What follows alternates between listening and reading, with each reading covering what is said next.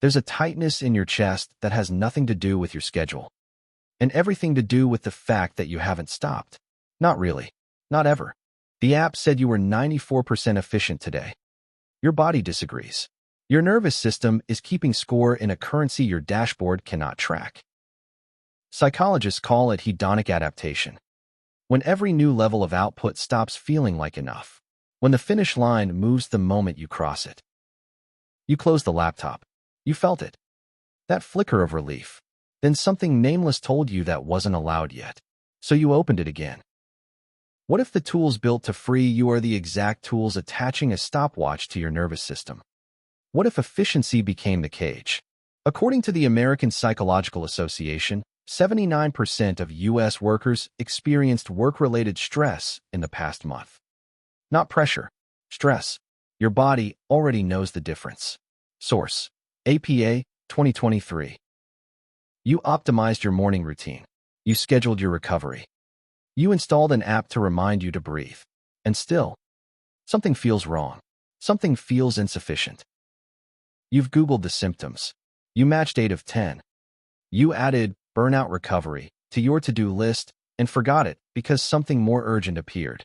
The Federal Reserve's 2023 survey of household economics found 45% of high-income earners report financial anxiety despite income growth. Achievement didn't calm the alarm. It amplified it. Source: Federal Reserve, 2023. I want to ask you something. When was the last time you did nothing and didn't justify it? Not rest as recovery. Not a walk as cardio. Just nothing, with no return on investment. AI productivity tools didn't create this pressure, but they made it frictionless. When optimization is one tap away, the guilt of not optimizing arrives just as fast. Here is what the research shows. Hedonic adaptation is your brain's capacity to normalize any new normal. Every promotion, every output record, every goal crossed, the satisfaction fades faster than the pressure to repeat it. Here is what the research shows. Hedonic adaptation is your brain's capacity to normalize any new normal. Every promotion, every output record, every goal crossed, the satisfaction fades faster than the pressure to repeat it. Dopamine, the neurotransmitter behind your drive, adapts to achievement. What thrilled you 6 months ago barely registers now. So you work harder to feel the same thing. This is not ambition. This is neurochemistry. If this is landing somewhere real, if you feel it in your chest right now, that recognition matters. Subscribe. There is more of this. You have been seen here. The productivity industry profits from your hedonic adaptation. Every new tool promises the version of you who will finally feel enough. And when you don't, there's a new tool ready. The loop is the product. You didn't fail those systems.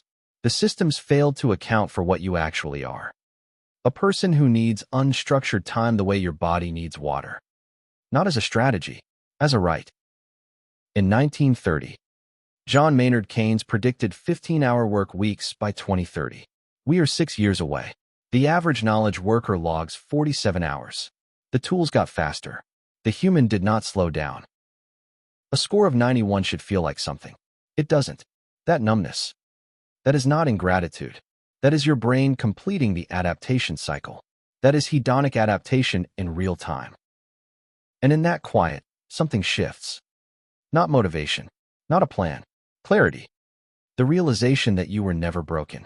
You were running a human system on inhuman logic. And somewhere, your body always knew. Strategy 1. Time unbounding. Not time blocking. Choose one period each day. Minimum 20 minutes. Where no output is expected. No journaling. No meditation as a task. Just unaccounted time. Strategy 2. Interruption audit. List every tool sending you a signal. Ask, does this tool serve you, or does it manage you? The ones that create guilt when ignored are not tools. They are obligations you installed voluntarily. Strategy 3. Output reframing. Replace your to-do list with a done list, written at day's end. Your nervous system cannot distinguish accomplishment from inadequacy unless you show it evidence. Show it evidence. Strategy 4. Role separation. Your identity and your output are not the same variable. When work ends, let the role end with it. not as discipline, as a biological necessity your system was always built requiring. Strategy 5. Sustainable pace design. The highest performers in longitudinal research don't optimize for peak output. They optimize for output that does not require recovery. There is a version of this that does not cost you. Strategy 6.